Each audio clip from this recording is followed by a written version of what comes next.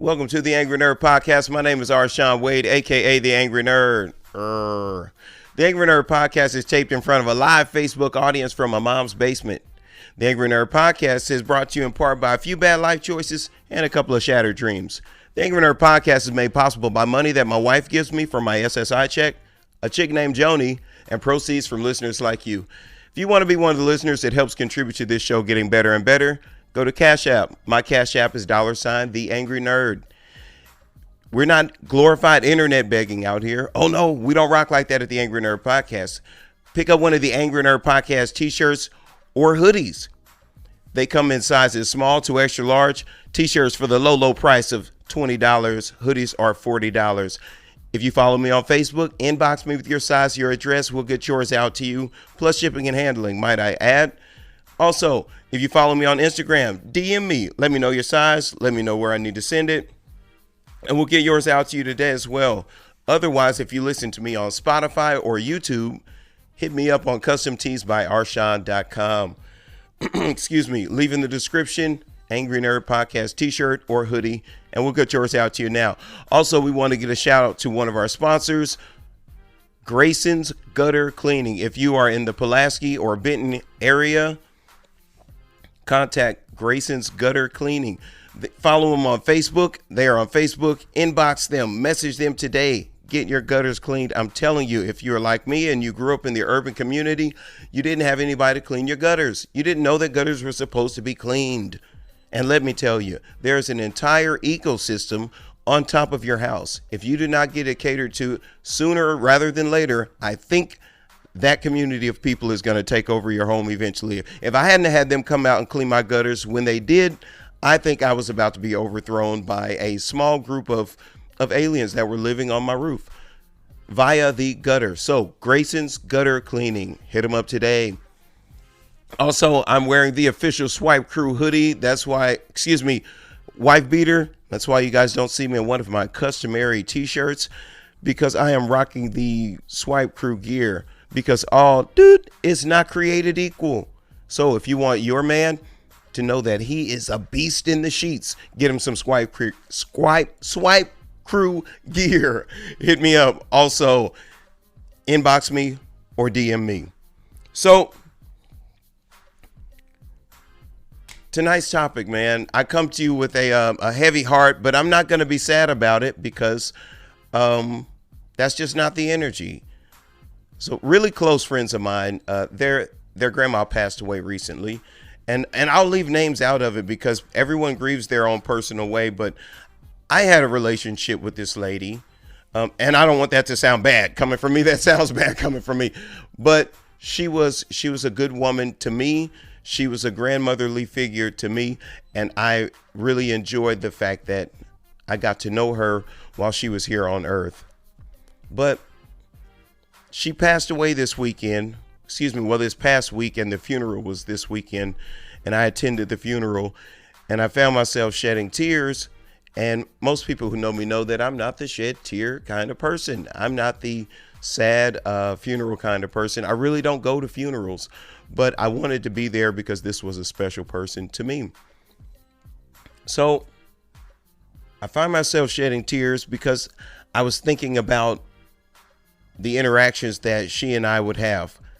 Now, anybody who follows somebody on Facebook or social media in general who's over 50 knows that they flood your inbox with those chain letters and those inspirational Jesus quotes. Pass this rose on to 12 other people and you're going to get a blessing.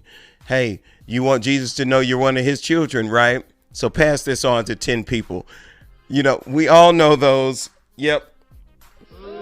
I'm sorry, Miss Charlie, I love you, but we hate those. But she would send those to me 2 or 3 times a week. And then at least one time she would message me and just say, hey, you're doing a good job. Keep your head up. Hey, I'm proud of you. Just any little tidbit of inspiration. And I thought, how exemplary an individual to take time out of their day to let somebody know that that they care about them, that they care about the progress that they're making in their life, that they want them to do well in their life. Like, what an exemplary human being. And the thing that makes me most proud is that she knew me at a time in my life where, for lack of poetic inspiration, I was a dirtbag. And she got to see me progress from dirtbag to not so dirtbag. And I thought that that was really cool to be able to make someone proud who knew you and also accepted you when you weren't such a good person, and to accept you as that not so good person and still try to encourage you and give you words of encouragement and words of wisdom and kindness. And then for them to see the fruit from the seeds that they planted. I kind of get a little bit of joy when I think about the fact that she got to see me as someone who didn't need a place to hide out. I'll say that much.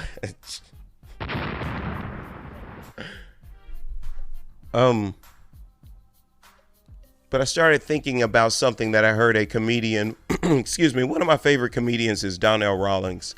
And I've heard him say something before about, you get two dates: the date you're born, the dash in the middle, and then the date you leave. And what did you do with your dash? And after attending this great, beautiful woman's services, I thought to myself, I looked around and I saw the family members, I saw the friends and high school buddies and whatnot. And I thought, wow, this is beautiful. Have I done enough beautiful things?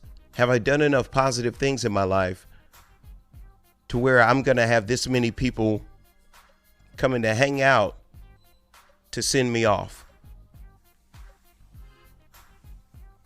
And then I thought about this lady. I thought about the kind of person that stops in the middle of their week and sends you a text message. Although it's a chain letter, although it's a chain letter message, although it's the little rose that you need to send to a dozen other people to let them know that you care, that person stopped in the middle of their day, in the middle of their week, to let you know that you were thought about. And I thought, wow, I really got some work to do on my character, because if I get honest with myself and I get all the way right down to it, I don't give a damn how anybody's doing in the course of a day. And I think most people don't. It's just that we don't really talk about things like that. So I think most people really don't give a damn. Or maybe my reality is peppered by the lens that I live through. And I think because I don't give a damn about what most people think or what they're going through in the course of a day, so I think other people don't either. So it could be that. But I think I'm almost certain that most people don't give a damn what someone else has going on in their life, just based on common human interactions. You ever in traffic and you put your blinker on? If you want somebody in the left lane to speed up, the fastest way to get them to speed up is to put your blinker on. If they see that you're getting ready to get over, they'll speed up. That's what most people will do. And I know some people will say, "Oh, Sean, that's pretty watered down. That's pretty thin." But usually, when something goes down, most people pick self. I don't think that's abnormal. But I just think that the small number of people who think about others first, the small number of people who consider other people and their growth and their development and their well-being, these are very special people. And I think when Miss Charlie Mae left this earth, we lost somebody who was very special. because I don't know a lot of people like that. Hopefully I get to grow and to develop into a person like that. I genuinely want to give a damn about other people in that capacity. Like, that doesn't mean like I want to see harm come to people or I want to see people's detriment or anything like that. It's just that I got enough life stuff of my own to deal with that oftentimes I'm just not concerned with other people and their dealings. I mean, unless it's like gossip or something to talk about, you know what I mean? Something surface level, some sort of conversation, fruitless, that's a guilty pleasure. But outside of that, I don't really like when someone asks the question, "Hey, how's it going?" I don't really want to know how it's going. It's just kind of polite. We're passing each other's space. I really don't want you to. And every blue moon, you get that person who stops you and says, "Well, my mother's in the hospital again.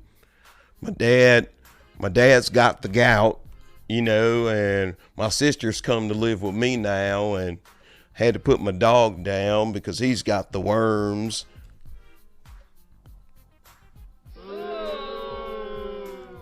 For my brothers and sisters out there on Facebook, I'm so sorry that I've been so lazy. I have not hooked up the new system. And you guys couldn't hear me boo that because I hate those people who do that. It's like, I really didn't care how your day was going. I was just being polite and I wanted to keep it moving. But I learned that that's dirtbag behavior. You should care about your coworkers, about your neighbors. How many people actually know their neighbors now? Remember, once upon a time, if you stepped outside, the person who lived on the left of you and the person who lived on the right of you, we knew who they were. We knew their names.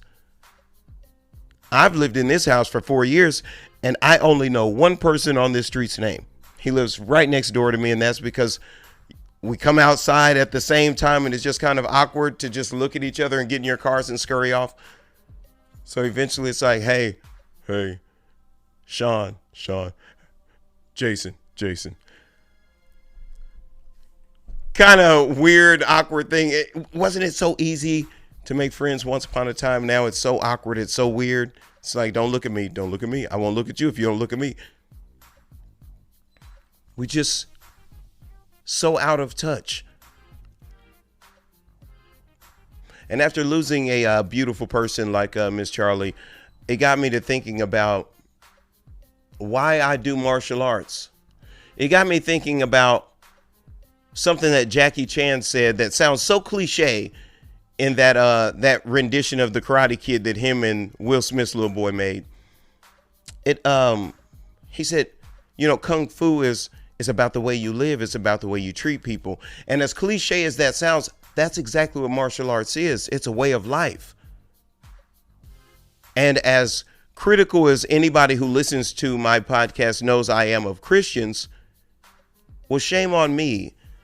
As a previous Buddhist, I don't subscribe to Buddhism as a religion, so I don't refer to myself as a Buddhist in conversation or anything like that. But I do practice a lot of Buddhist principles, and I see that the further I get away from them, the more I stray away from my Buddhist principles and things like that, the more I see that my cynicism becomes the exact same thing that I think of Christians and their lack of adherence to the dogma. In short, hypocritical. And so when I reflect on the way that I live my life, and in comparison to the way that Miss Charlie lived her life, I said, when's the last time I sent someone a text message, or I inbox someone, or I DM somebody for no other reason than just to know that they were okay? For no other reason than to know that they were alive, or that they were healthy, their needs were being met. Just wanting to know how your life's going. Genuinely interested and genuinely ready to listen. Well, I will tell you, it's been a bloody long time for me. I don't know about you guys out there, but it's been so long. I could blame the pandemic, but we've actually had more time at home and more time on our hands to cultivate our close relationships, our friendships, and our relationships in our families. And I don't know about you guys, but I haven't. I've attempted to do so with my mother. I think she and I both kind of got frustrated with it. I won't do that. That's wrong. I'll speak for myself. I know I got frustrated with it because, like I've spoken on the podcast before, man, I only want to be around people who all the way fuck with me 100%. People who fuck with me and know that I'm not perfect. Mistakes are on the menu at Restaurant D Wade. Oh, pause. I didn't mean D Wade like Dwayne Wade. I meant like French. I was trying to be French. Casa de Wade. That's what I call my home. So, okay, I'm sorry. I messed that up. But anyways, mistakes are on the menu at the Wade restaurant. Wade's Pizza makes mistakes. And I need people to know that that's on the menu. And I need people who are in my life and who want to be around me to know that you're not going to get a 100% perfect dude. As cool as I am, as beautiful a person as I can be, I can also be ugly because I'm human and I make mistakes and I'm subject to fuck up too, like anybody and everyone else. And so me and my mother we had a as Brene Brown will refer to it in her book series, her daring book series, a rumble, where you get down in there and you tackle these issues and you have these hard conversations. And I really don't think that we've had a good conversation since our rumble. But personally, I feel like the rumble was a win. I feel like the rumble was a win because I got some things off of my chest. She got some things off of her chest. And for the first time since we decided to work on our relationship, we had an honest conversation. It was ugly. It was not beautiful. It wasn't elegant, but it was honest. And that is a tenet of martial arts for me. Honest expression. So thinking about Miss Charlie got me thinking about my life. How honestly do I live my life? How well do I live my life? Am I a servant of the people who are around me? I should serve my family. As a father, I should serve my children. As a husband, well, I already fucked that up. But anyways, moving forward, becoming a husband again, I have to serve my wife. And trust me, I've already fucked it up with 2 of them. So I know what I got to do. So if the lucky lady is out there, or unlucky, however you look at it, I know that I have to serve my wife, all jokes aside. If I decide to work for a company as an employee, it is my job to serve that company. Because in the time following Miss Charlie's funeral, I've thought. How do you want to be remembered when you leave? And so it brought me to this word mortality. I had to look up what the word mortality meant. Oftentimes we use a lot of language. We know what they mean colloquially, but we don't actually know what they mean.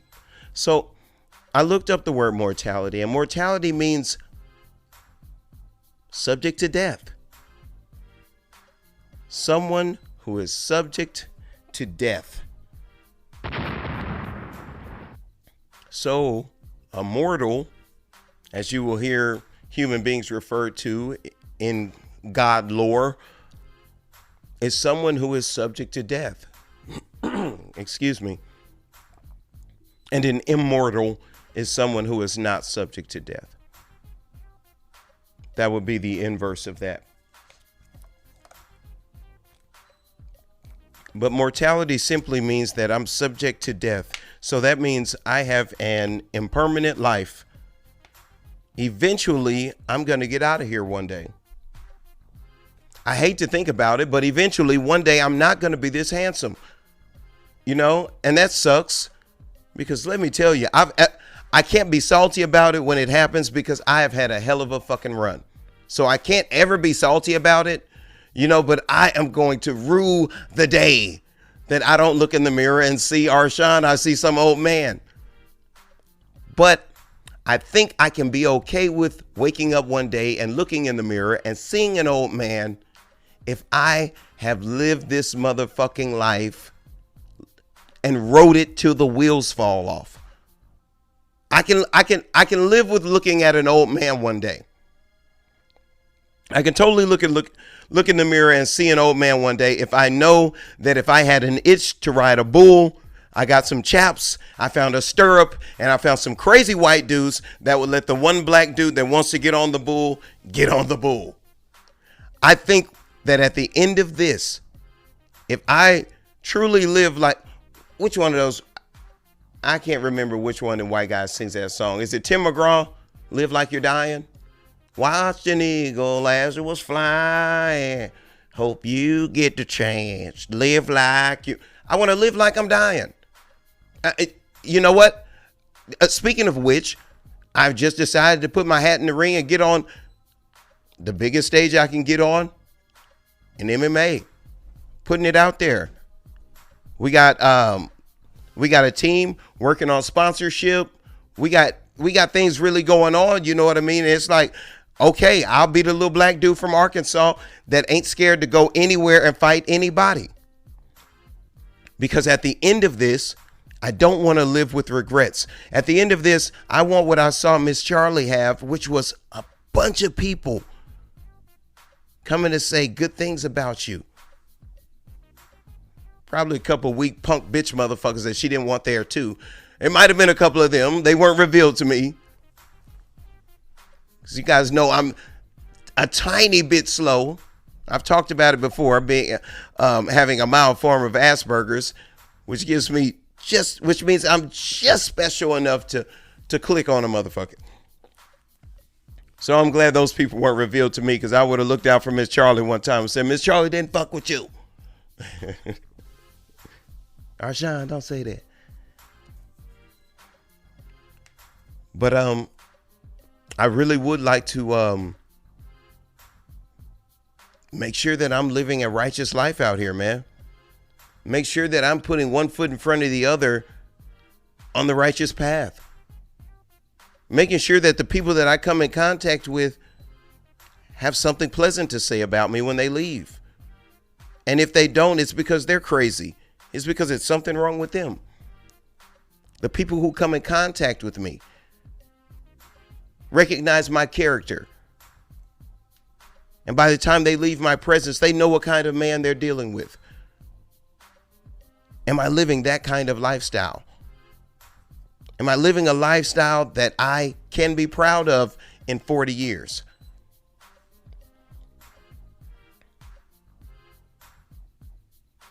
Am I doing things today that are going to have me hanging my head in 40 years?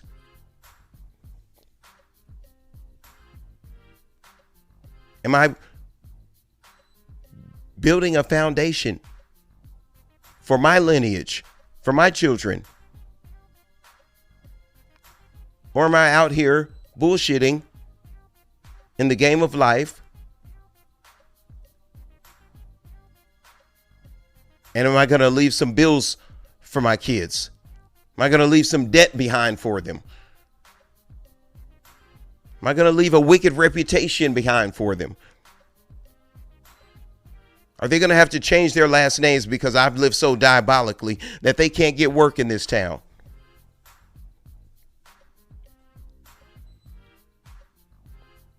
Or are they going to hear their last name and say, "Ho, I remember your dad. Come on in here. Your dad was a good man. Come here, I'll help you out, kid." My daughter's pulled over on the side of the road with a flat tire. Someone recognizes that as my kid and stops and help her.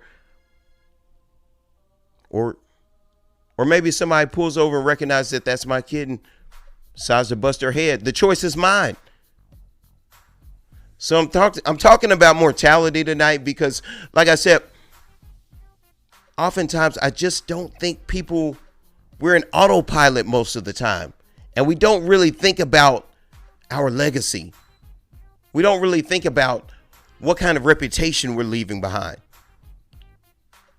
I won't 100% blame that on social media as much as I will blame it on us for not interfacing with one another like we should. People will stand right next to each other in an office building and won't say a word.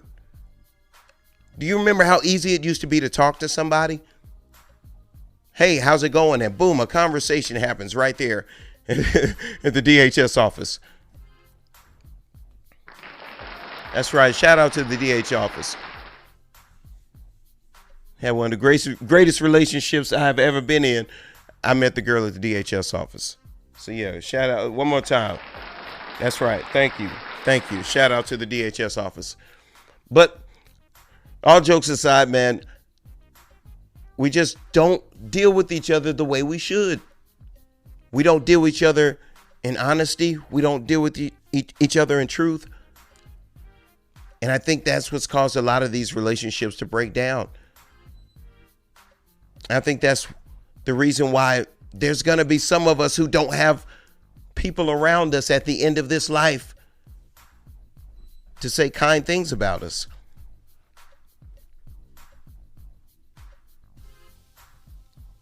And what I found out is death is imminent. There's nothing that we can do to stop it. Of course, we're making elixirs and we're working out and we're eating keto diets and we're doing everything that we can to put a stopper in death. But it's inevitable. It's undefeated at this point. Now, I will say white people have beat death longer than anybody. White people live so damn long. It's ridiculous. Think about all the white people that we got in Congress right now. Those people have been there forever. My whole life. I've been hearing these names since I have been old enough to understand words. Dick Cheney, Condoleezza Rice. What's the one, the Beige brothers' name? Colin Powell. I've been hearing these names. John McCain, John Kerry. I've been hearing these same names. Newt Gingrich. I've been hearing these same names my whole life. So white people in politics have got something figured out because they live forever. I mean, I swear John McCain's got to be 100 years old. And all of these people that I've just named, they had gray hair when I was a child. You know, so I know these people are ghastly old. So we might need to take a look at that Get Out movie. But I digress. We're all trying to put a stopper in death. We're all trying to live longer, eat better. And all these things are in an effort to extend our life. The life that no one knows exactly how much time we get. Oh, shit. I'm sorry, Sailor. You're right. But they like half white. Condoleezza Rice and Colin Powell. Yeah, thank you. For my listeners on Spotify and YouTube, Shayla Frazier in the chat says 2 of those people are black. And we're gonna give Shayla a hand clap because thank you for bringing that to my attention. But yeah, Condoleezza Rice and Colin Powell are actually black. I don't know. According to the racial draft, I think we lost them. We gave up Condoleezza Rice and Colin Powell for Eminem. If I'm following Dave Chappelle's racial draft the right way, I think we gave up both of those Negroes for Eminem. I don't know. I have to check the books. But anyways, thank you for that, sis. Getting right back to it. We're going to die. If you live long enough, you're going to die. You keep waking up, eventually you're going to die. And is it vanity? I talked about vanity a couple of weeks ago. Is it vanity to care about what people are saying about you here after you leave? Is that vanity?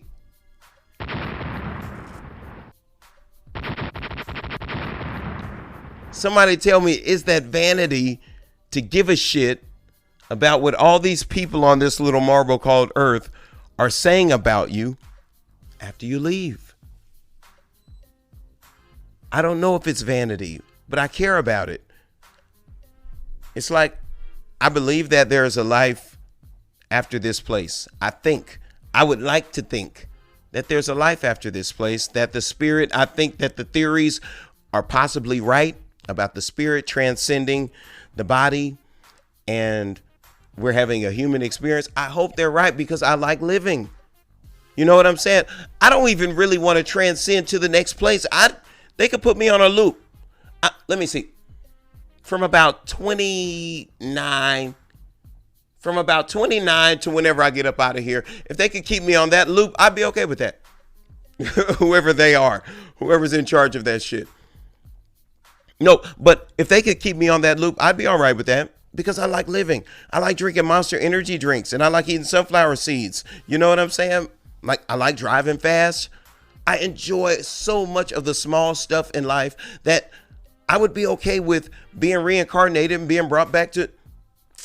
Let me think of a good year to come back. Maybe like 2010, 2009. I don't know. 2009, 2008, 2008. I would 2008. I would go back to 2008 because that's when my brother passed away. I would go back to 2008. They could put me on the 2008 time loop and I'd be good with that. You know what I mean? So anyway, Shayla Fraser says, not sure, but I want people to remember me positively. Not even sure why it even matters once I'm dead. Thank you, Shayla. That's what I'm saying. Like that level of honesty. I don't know why, but I want people to say things about me. I was talking to my son the other day and I told him I'm going to say something to you and you may look at me foolishly because of the way we've been conditioned to think in this society. But I don't want to be rich. I mean, don't get me wrong. I would like for my family to be taken care of, but I prefer to be famous. Like I would just like for a lot of people to know me and like me and have good things to say about me. And there are people who think that's crazy. There are people who think that's wrong. I just don't give a shit about money. If it was up to me, I would teach martial arts every day. I would teach some form of martial arts every day. And I would train every day. I would do music every day. I would do all the things that I had to do in my spare time. I would do all these things every day for free. If money didn't exist, I would do these things every day. And I would like to be known for these things. And I would like to do a good job at these things.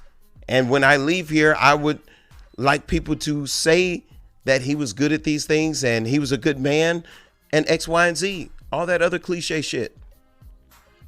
I want all that shit to be said about me. And is that vanity for me to work hard to make sure that a bunch of people who may or may not be here,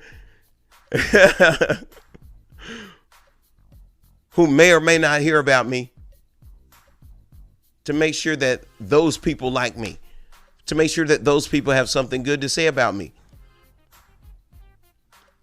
And I think for me, this thought just came to me right now. Maybe it has less to do with vanity and more to do with fear. Maybe we're so afraid of what's going to come after this life that we're like, we want to make sure that people in this life remember us and to keep our memory alive. And we want that memory to be good on the off chance that there ain't shit on the other side. At least people on this side still have things. So you sort of kind of still live in a sense. I don't know if anybody's watched the Star series American Gods, but after watching, I think the first two seasons, season 3 gets kind of weird, kind of creeps me out a little bit. So I think I fell back from it in season 3. They got really sci-fi, real weird. I don't know. But the first 2 seasons were magnificent. And the concept of multiple gods just always set better with me than there being one dude up there that knows everything and sees everything. Like the concept of a whole bunch of variations of Jesus, the concept of, Norse mythology is right, and also Hinduism is right, and also Christianity is right, and all these gods and all these deities govern these different religions. That makes more sense to me than one dude knows it all, sees it all. Just seems like a whole lot of shit to deal with that one person could never possibly put up with. So, anyways, and maybe that's the way my mind's been conditioned as an American citizen to think hierarchical like that. You know what I mean? Like kind of like our government set up, tiered and everything.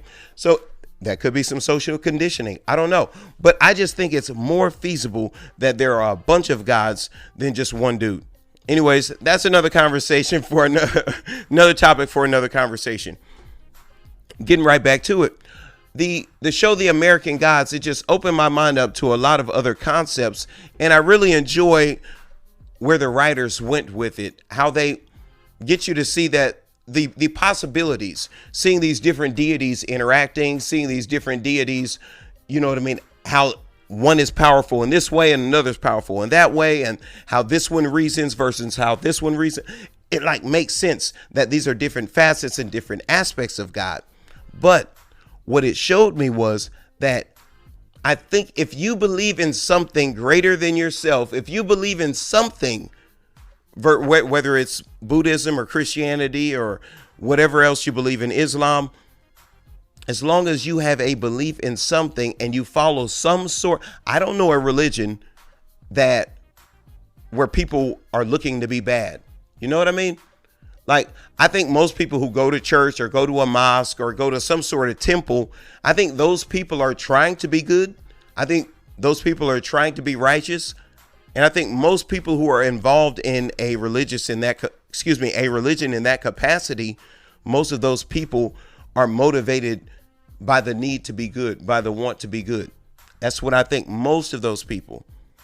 Now, I will say on the flip side of that, there are a lot of people in church just because they're scared. That's my problem with church and Christianity is the fear mongering. If you don't do this, God gonna get you. If you don't do that, God will get you. But anyways, back to it. Most people, I think, like I said, the thought just came to me. I think it's fear. That's why we want a good report about us to be left behind, because no one actually knows what happens when we die. All we know is that the empirical data, i.e. the graveyards, tell us that if you stick around long enough, you're going to die. What happens after you die, I have no idea. I do think that the human mind and the human spirit is strong enough to will yourself into whatever you want to believe. But what it actually is, I don't know. Have no idea. And I think the fear of that is what makes us want to have a good report left behind. I think that's what makes us want people saying nice things about us.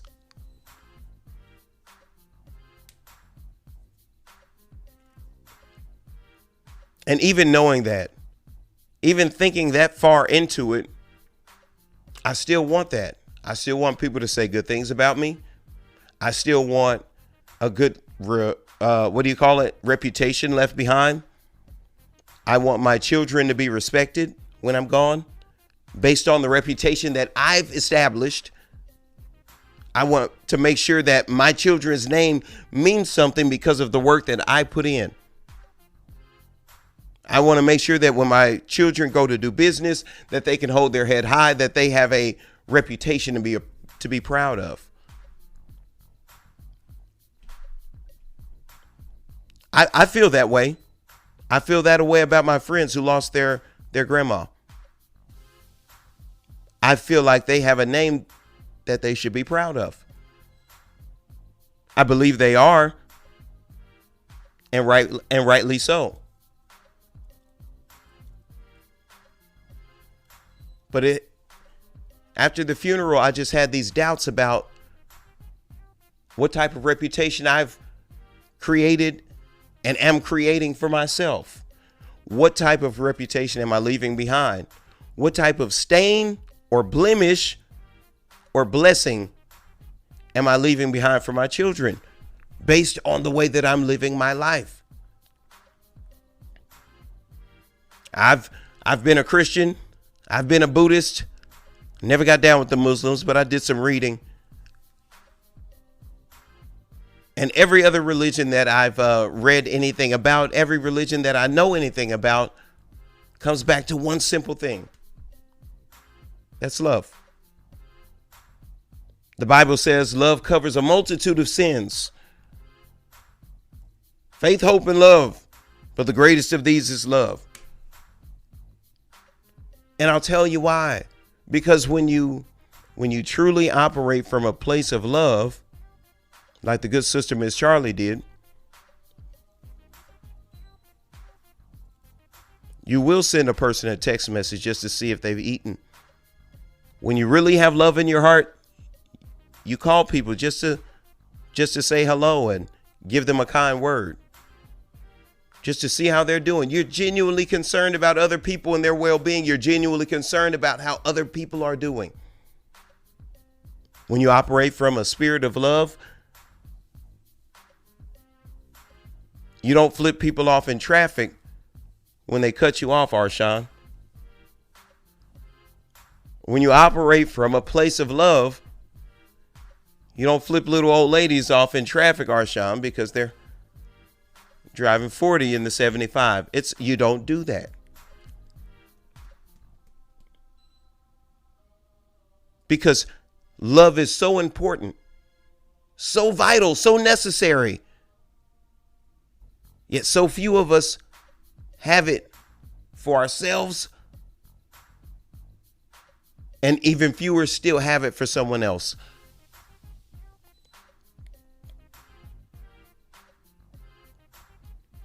So while tonight's title is Mortality, I want to leave you guys with love.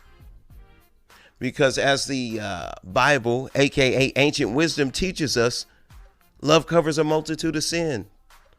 Love answers all things. Love is never puffed up. Love is always kind, always peaceable, believes all things.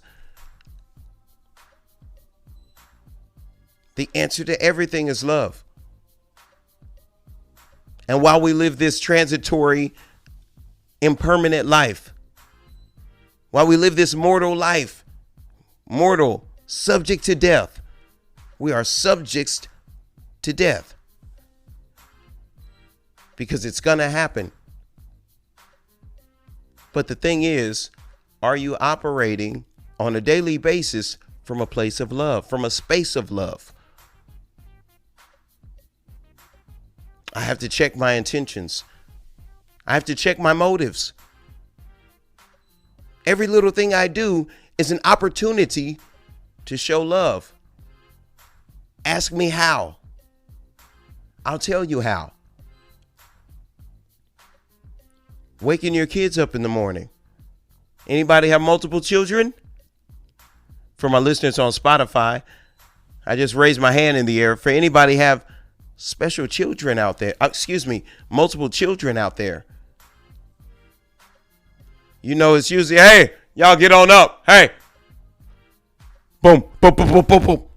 Hit the door. Hey, get up.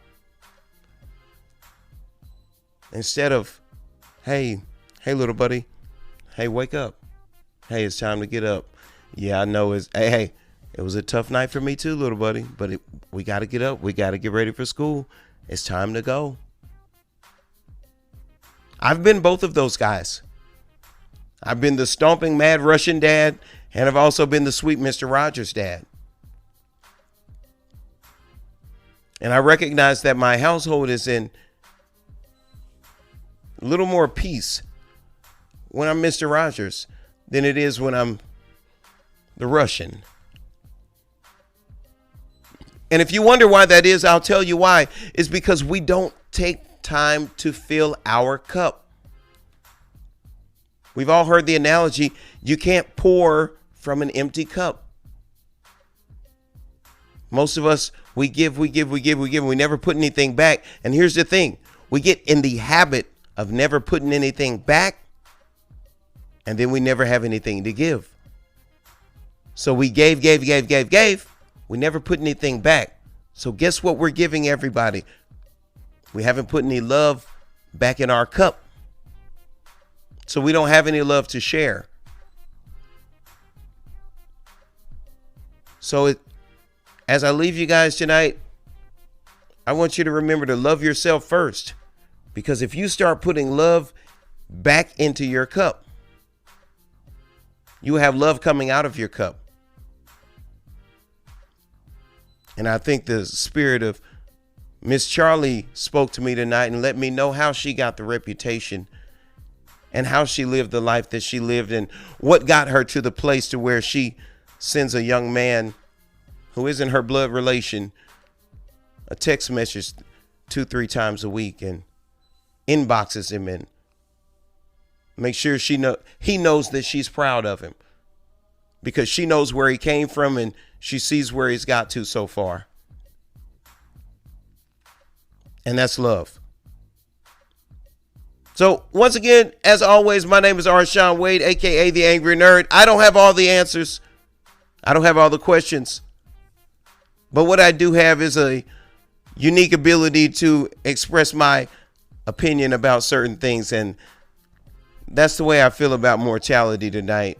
Once again, my name is Arshawn Wade, a.k.a. the Angry Nerd, a.k.a. Arshawn the Mouthpiece, the cat that got lost in Arkansas on his way to South Beach, a.k.a. Arshawn, a.k.a. Sean with the motherfucking R. Peace.